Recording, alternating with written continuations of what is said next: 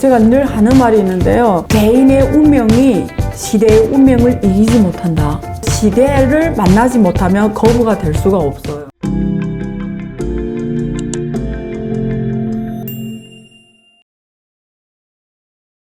안녕하세요. 자이언트TV의 안갑성 기자입니다. 추석 연휴 투자자들의 관심이 많이 집중됐었죠. 중국 헝다그룹 사태 여전히 시장을 좀 짓누르고 있는 상황에서 중국의 전력난마저 가세하는 모양입니다. 오늘 중국 전문가이신 성균관대학교 중국대학원의 안유환 교수님 모시고 말씀 나눠보도록 하겠습니다. 호주라면 이제 원래 석탄을 이제 많이 수입하던 게 중국 에너지 정책이었는데 이게 최근 올해 초부터 이제 호주와의 갈등이 좀 부각되면서 수출을 이제 제로로 만들었던 게 이번 전력난의 원인이라고 좀 많이 이제 지적이 되는 것 같습니다. 최근 중국 전력난이 어느 정도로 심각하길래 지금 모든 그 언론에서 다들 이렇게 걱정을 하는 걸까요?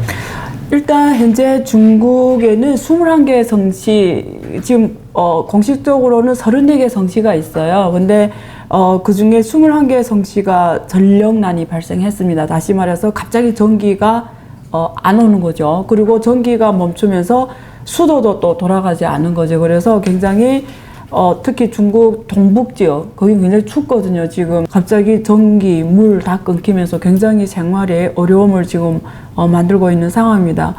근데 많은 분석들이 나오고 있는데요. 이제 기자님께서 말씀하신 대로 뭐 호주와의 어떤 갈등 때문에 호주에서 수입하던 이런 철광석이라든가 석탄 이런 것들이 부족해서 이런 일이 일어나지 않냐 이러는데 사실 이 전력에 사용하는 석탄은 호주에서 수입하는 석탄을 쓰지 않고요. 자체 중국 국내산을 씁니다. 80% 이상이. 호주에서 들어오는 거는 주로 철강 생산할 때, 거기에 질이 좋거든요. 그래서 철강 생산할 때 쓰는 거고, 중국 국내에서 전기를 공급할 때 쓰는 석탄 에너지는 주로 국내산을 씁니다. 그래서 그거하고 관련이 있다고 말하는 것보다도 오히려 사실은 어떤 문제가 존재하냐면 현재 작년에 코로나가 터지면서 미국이 엄청난 돈을 풀었잖아요. 그러다 보니까 전 세계 원자재 가격이 폭등을 했어요. 그래서 중국의 철광석이라든가 석탄을 포함해서 전 세계 원자재 가격이 다 폭등했습니다. 구리라든가 알루미늄이라든가 뭐 10%, 20%, 50%씩 폭등을 했거든요. 맞습니다. 이게 첫 번째고요. 두 번째는 원자재 가격이 폭등한 데에 비해서 중국은 전 세계에서 생산 공장 역할을 하잖아요. 모든 일상생활에 쓰는 이런 제조 물품이 다 중국에서 만들어지면서 특히 유럽하고 미국이 코로나 때문에 정상 생산이 안 되면서 평시에 중국에서 수입하지 않던 생활용품들까지 중국에서 수입하게 된 거예요. 왜냐면 그쪽은 공장이 안 돌아가니까요. 그러다 보니까 작년 하반기부터 올해까지 중국 수출이 되게 좋아진 거예요. 수출이 갑자기 좋아졌단 말이에요. 평시보다. 그러면 어떤 일이 일어나면 공장에서 더 가동을 하잖아요. 이게 더 물품을 생산하게 되잖아요. 맞습니다. 그러니까 전기를 엄청 많이 쓰게 된 거예요. 근데 지금 전기를 돌리기 위해서 쓰는 석탄이라든가 이런 가격들이 확 올라갔는데 소비자에 가는 그 물품 가격은 안 올라간 거예요. 그러면 그걸 수출하는 중국 기업들의 입장에서는 수입하는 원자재는 올라갔는데 판매하는 소비자 가격은 안 올라가다 보니까 이익 공간이 줄어든 거예요. 어떤 기업은 심지어 수출을 해도 별로 돈을 못 버는 경우가 되는 거예요. 근데 중국 국가적으로 봤을 때는 이게 엄청난 손실인 것이 돈은 못 벌면서 미국에서 찍어낸 돈을 다시 원자재 수입을 통해서 인플레이션을 그대로 끌어들이는 효과만 낳는 거예요. 돈은 못 벌면서. 그러니까 기업들은 또 수출을 많이 방리담하잖아요. 수출 많이 하려고 더 전기를 돌리는 생산을 더 가동하는 거죠. 그러면 지금 미국에서 테이퍼링 하잖아요. 테이퍼링 되고 금리 인상도 지금 얘기가 나오는데 그러게 되면 갑자기 수요가 확 줄어들면 확장했던 생산량이 또 수출이 안 되면서 그게 다 과잉 생산으로 되잖아요. 그러면 기업들이 또 어려워지니까 지금 중국 정부의 입장은 뭐냐면 지금 수출이 확 늘어났다서 전기를 막 더 돌려서 생산을 확 늘리는 이런 걸 별로 격리를 하지 않는 거예요. 그리고 전기 회사에서는 전기를 팔수록 손해를 보는 거예요. 왜냐면 자기네 전력 회사들이 전기를 파는데 기업들하고 가게에다 전기를 파는 거잖아요. 근데 자기네는 수입하는 게 원자재가 확 올라가는데 전기 가격은 못 올리잖아요. 네. 중국은 전기 가격이 다 국가에서 정한 가격이다 보니까 내가 석탄을 돌리는 석탄 가격이 올라갔대서 그만큼 전기료에서 더 받나? 못 받거든요. 이게 첫 번째. 두 번째는 중국에서 전력회사 다 한국 말하면 공사예요. 공사. 그러니까 네. 국유기업인 거죠. 그러다 보니까 이게 예산을 받았습니다.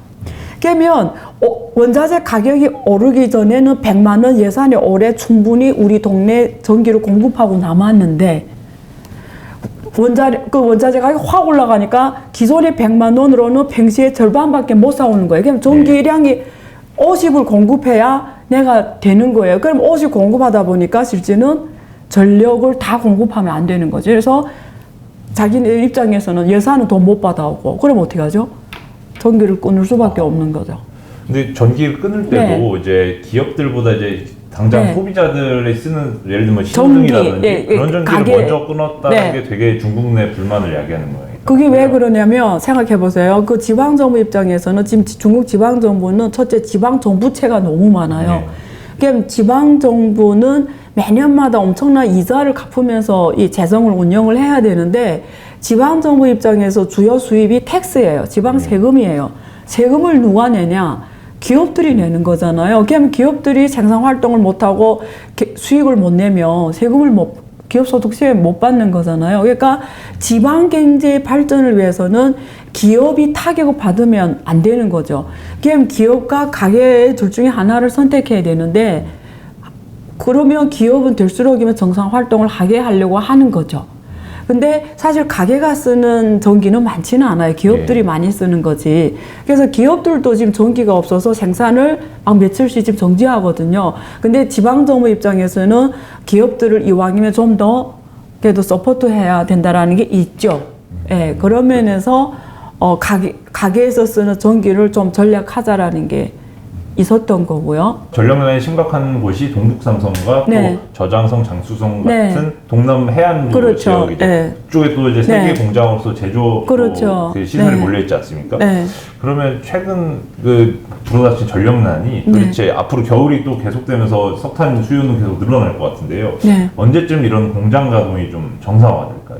지금 제가 알아보니까요, 그 며칠씩 전기 또 다시 돌아가고 돌아가는데 지금은 10월 초면 또 다시 정상 가동이 된다고 해서 올해 생산량 목표에는 지장이 없다라는 기사들이 나오긴 하는데요. 근데 공식 발표를 보니까 지방정부별로 다 공시가 다 나갔어요. 다 달라요. 지방정부별로 자기네 상대로 이렇게 내보냈는데 지방정부별로 차이는 있습니다만 내년 3월까지는 이런 전력이 가끔가다 이렇게 공급이 끊을 것이라는 이런 공지가 나왔더라고요. 내년 3월까지는. 그 사이에는 왔다 나갔다 전기가 그러겠죠. 그래서 기업들한테 평시에 전기를 좀 축적하고 있어라 이런 공지가 나가고 있더라고요.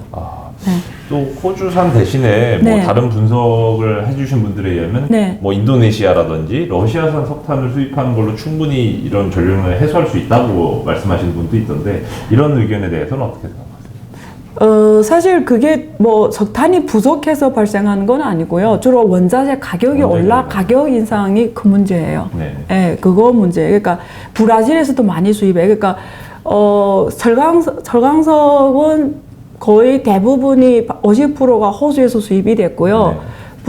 브라질에서 한 30%, 나머지가 이제 말씀하신 인도네시아라든가 러시아 이런 쪽에서 이 수입을 또 북한에서도 많이 해와요. 근데 사실 주로 원자재 가격이 올라가면서 소부탄 가격은 판매가 못 올라간 데서 오는 기업들이 경영 악화죠, 사실은. 이게 중앙 기업이 같은 경우에는 특히 예산을 받아 쓰거든요. 한국도 그렇잖아요. 공사가 예산으로 돌아가니까 기존 예산 가지고 평시에 하던 전력 공급이 원활하게 안 된다라는 거죠. 코스트가 올라가 버렸어요. 그렇다고 지방정부 가서 말했을 거 아니에요. 돈 좀 예산을 더 해라. 근데 지방정부는 지금 지방 부채에 시달리다 보니까 돈이 사실 그렇게 없어요. 그래 더 줄게 이런 상황이 아니라는 거죠. 각 지방정부마다 예산이 지방정부 예산을 써서 일시적으로 전기 생산을 보조한다든지 그거는 어렵다라는 거죠. 당장 이런 전력난을 피하기 위해서는 뭐 이제 무리한 호주 석탄에 대한 금수 조치나 아니면 뭐 탄소 중립 정책을 좀 완화할 필요성이 있어 보이긴 하는데 그럼에도 불구하고 전력난을 감수하고 이렇게 기존의 호주 석탄을 수입 안 하고 탄소 중립 정책을 계속 강하게 드라이브하는 이유가 뭘까요? 중국은 그 시진핑 주석이 유엔에서 2060년에 탄소 중립을 실현하겠다. 그리고 2030년에는 탄소 배출 정점을 찍고 계속 이제 줄여가겠다라는 걸 이미 선언을 했어요. 파리 협정이죠. 근데 파리 협정은 매 5년마다 점검을 합니다. 예를 들면 어느 국가 정상이 와서 하겠다 하고 점검이 안 들어가면 안 해도 되는 거잖아요. 근데 파리 협정은 5년마다 점검을 합니다. 그래서 해야 돼요. 선언한 걸. 근데 중국이 지금 현재 상황으로는 탄소 배출권이 주로 지방정부, 5개 지방정부만 시범적으로 해왔어요. 근데 올해 7월부터는 전국 탄소 배출권 시장을 이미 시작을 했어요. 그러니까 전국적인 탄소 배출권 거래 시장이 만들어졌고요. 그리고 기업들한테 이제는 전반적으로 탄소 배출을 줄이라고 지금 할당량이 확장되고 있고 저하할 경우에는 탄소 배출권을 사서라도 거기에서 그 노력을 자구책을 해라. 그리고 기술을 좀 더 투자를 해서 탄소 절감형 경제로 가라라는 압력이 커졌습니다. 그런 면에서 기업들 입장에서 탄소 배출을 최대한 줄여야 되는데요.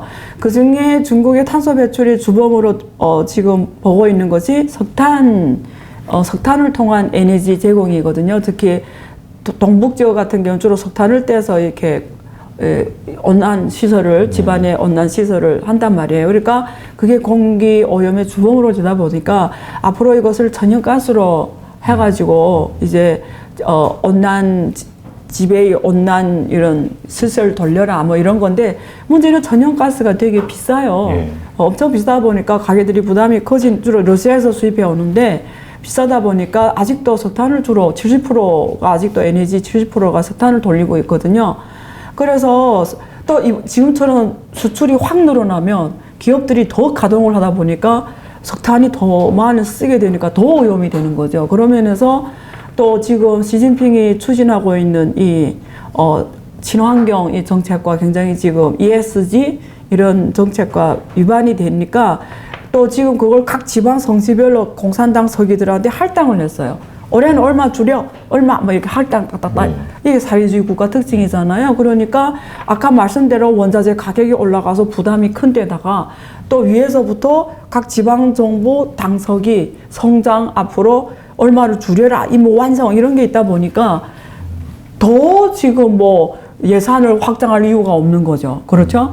그러다 보니까 양쪽으로 국내 국외 요소가 결국 오늘의 중국의 전련한 국면이 만들어졌다 이렇게 보시면 좀 객관적으로 볼 수 있을 것 같습니다. 네. 중국이 워낙 큰 나라이기 때문에 각 지방 정부별로 이렇게 좀 다 약간 따로 뭔가 좀 그 전체적인 목표를 제시하면서 각 지방 정부에 대한 개별적인 뭔가 통제가 좀 약간 약해 보이는 느낌이 드는데 이 원래 중국 정부 스타일에 따르면 이런 발기에 서 뭔가 목표를 제시하면은 뭔가 약간의 부작용이 발생하더라도 그걸 지방정부가 알아서 해결해야 되는 게 그게 원래 원칙인가요? 그렇죠. 중국은 그 지방정부별로 다, 그러니까 미국하고 굉장히 비슷해요. 지방정부별로 자치권이 굉장히 강해요.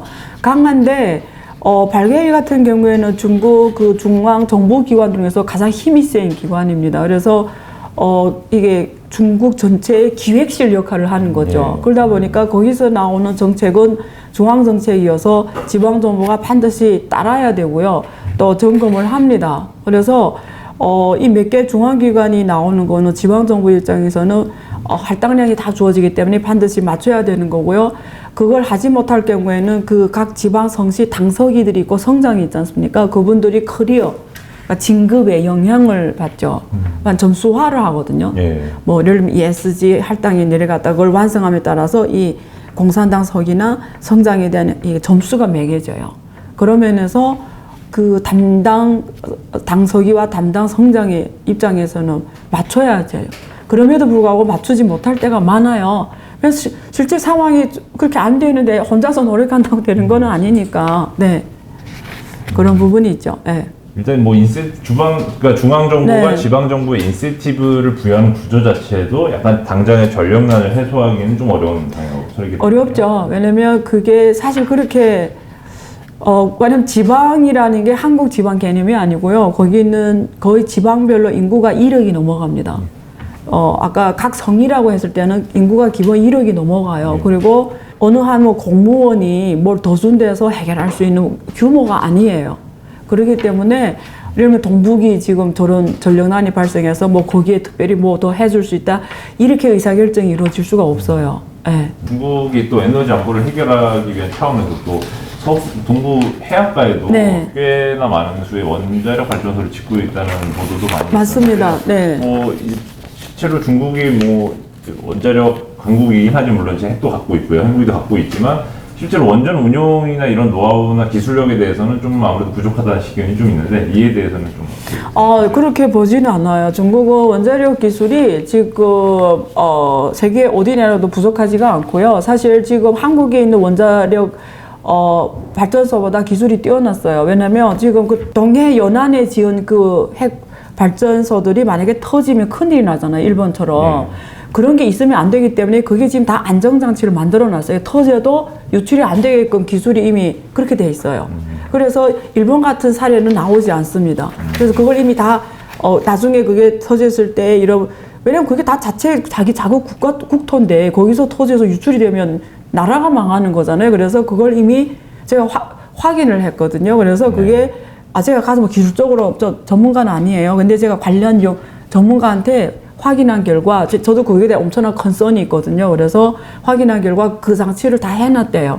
그래서 그게 터졌다도 그게 자체 흡수하는 이런 시스템으로 만들어져 있기 때문에 그런 기술적인 문제에 대해서는 아마 믿어도 될 것 같아요. 네. 근데 또 이렇게 하면 오해하신 분들이 있는데 이건 제가 전문가가 아니기 때문에 그냥 제가 나름 인터뷰해서 받은 내용을 전달할 뿐입니다. 네.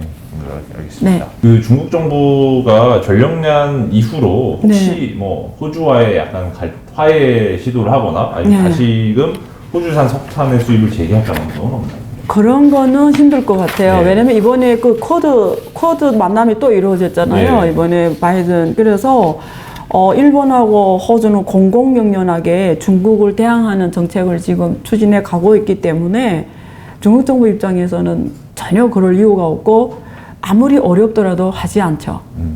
그거는 국가적 전략적인 문제이기 때문에 이미지 문제고 외교 정책적인 문제이기 때문에 그런 부분은 없고요. 그런 노력은 합니다. 다른 나라를 통한 수입 확대 이런 노력은 하죠. 최근 또 전력난으로 인해서 사실 가장 많이 타격을 받은 중국 내 제조업종이 뭐 조선, 철강, 화학, 시멘트 같은 좀 석탄을 많이 좀 쓸 수밖에 없는 이제 기존 중장대 업종들이 이제 가동 중단 명령을 많이 받고 있는데요. 근데 또 이들 업체들은 또 중국 정부로부터 최근 실물 경기가 좀 침체 중인 상황이기 때문에 뭐 생산을 통해서 뭔가 좀 물가를 안정시키면서도 또 전력 소비도 같이 축소를 해야 되는 약간 모순적인 좀 과제를 그걸 모두 달성해야 되는 상황인데 이런 기업들에 대해서는 좀 어떤 영향을 받을까요? 전력난 사태가. 그래서 앞으로 이것이 역설적으로 중국의 기업들이 사실 지금까지는 정부에서 ESG, 뭐, 친환경, 뭐, 이런 아젠다를 엄청 제시했지만, 나하고는 별로 거리가 멀다고 생각한 거죠. 근데 이번에 이 사태를 통해서, 왜냐면 정상적으로 돌아가던 공장의 기계가 멈춘다?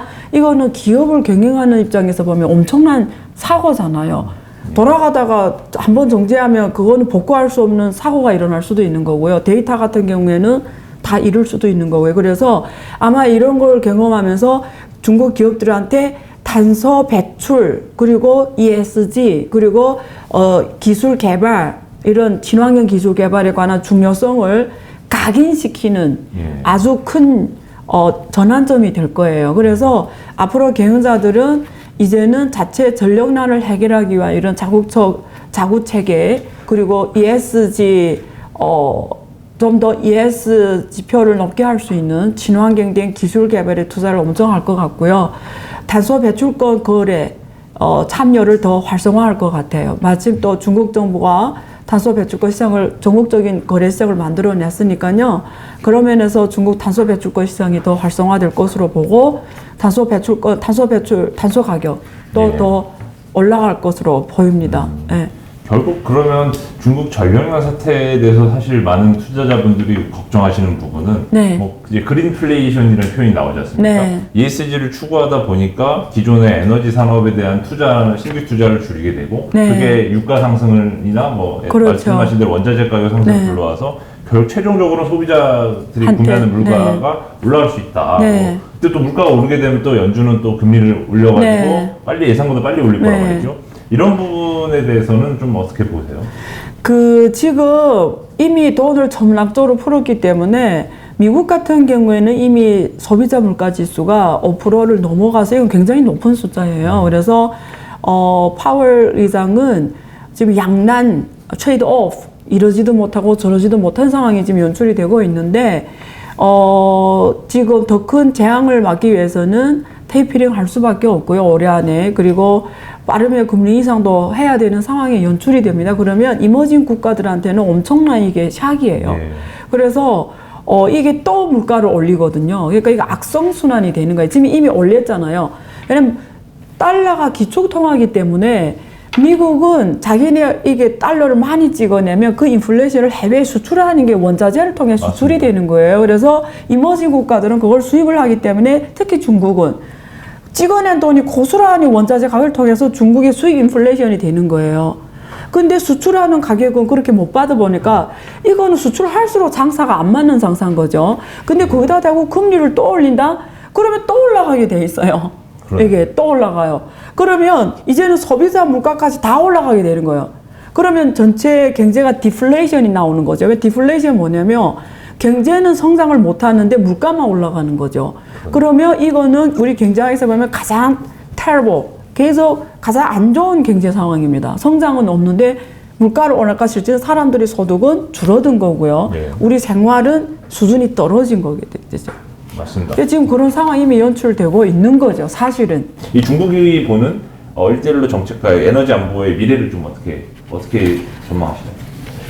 일단 중국이 그러니까 중국 입장에서는 가장 그러니까 목줄을 줄이는 이런 표현 쓰죠. 목줄을 줄이는 영역이 있어요. 예. 그러니까 미국하고 어떤 일대일로 대치를 했을 때 이게 중국이 이기지 못하는 몇 개 영역이 있어요. 그게 중국의 아킬레건이잖아요. 하나는 그 기축통화가 달러라는 거, 그리고 달러가 석유 달러라는 거죠. 예, 그러니까 그렇죠. 석유 가격이 다 달러에 페그됐다라는 예. 거고요. 그 다음에 중국이 원자재 80%를 다 해외에서 수입해 와야 되는 거예요. 예. 사람들이 중국이 땅이 넓고 이래서 자원 부국이라고 생각하는데 사실 아닙니다. 중국은 경제가 돌아가기 위해서 어떤 원자재는 대부분 특히 이 철광석이라든가 철금속, 그러니까 알루미늄이라든가 이런 것들이 거의 100%에서 80%를 수입을 해야 돼요. 우리가 반도체에 들어가는 대부분 이런 재료들도 니켈이라든가 이런 것들이 고르게 이런 게 다 대부분 수입을 해야 돼요. 그러니까 뭐 거의 공업화, 산업화 생산에 필요한 원자재 80% 이상이 대부분 원자재들을 수입해야 되는 국가예요. 한국도 지난번에 일본하고 무역전을 할 때도 한국이 어려웠던 게 반드시 일본에서 수입해 와야 되잖아요. 그럴듯이 중국도 그런 원자재가 많아요. 그러면 이게 되게 사실 중국이 특히 석유 같은 경우에는 60% 이상의 수입을 하고요. 지금 반도체도 지금 다 수입을 해야 되기 때문에 거기에 매년 들어가던 외화가 엄청 많이 듭니다. 첫 번째. 그래서 외환 보유액을 많이 갖고 가야 되고요. 거기에 따라 코스트가 계속 커지고 있고요. 두 번째, 석유를 수입하다 보니까 이게 수입 노선을 확보를 해야 돼요. 이게 인프라를 통해서 천연가스는 관도를 통해서 이렇게 들어와야 돼요. 근데 천연가스는 러시아에서 들어오고 러시아는 중국하고 인접돼 있어요. 그래서 땅 밑으로 천연가스 파이프라인 만들면 바로 들어올 수가 있어요. 그래서 러시아와의 관계를 중국이 계속 잘해가는 거고요. 근데 석유 같은 경우에는 두바이라든가 저기 이란이라든가 오펙 국가들에서 수입해 오는데 그 수입 항로를 미국이 컨트롤하고 있어요. 그렇죠? 그래서 그게 핵심 영역 중에 해상 영역 중에 하나가 남중국해거든요.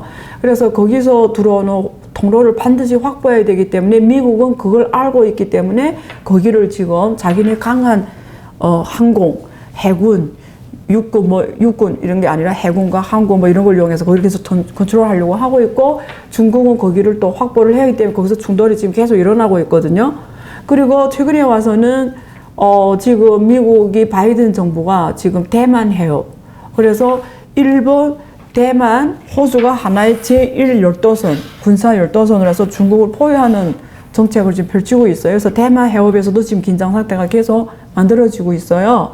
그래서 앞으로 이쪽 지역의 부분적인 군사 충돌이라든가 이런 것들이 에너지 자원 확보를 위해서도 굉장히 지금 격화될 가능성이 높습니다. 앞으로는. 그리고 호주와 일본이 전적으로 지금 또 미국 쪽에 서서 움직이고 있기 때문에 중국의 입장에서는 엄청난 도전에 지금 직면해 있어요.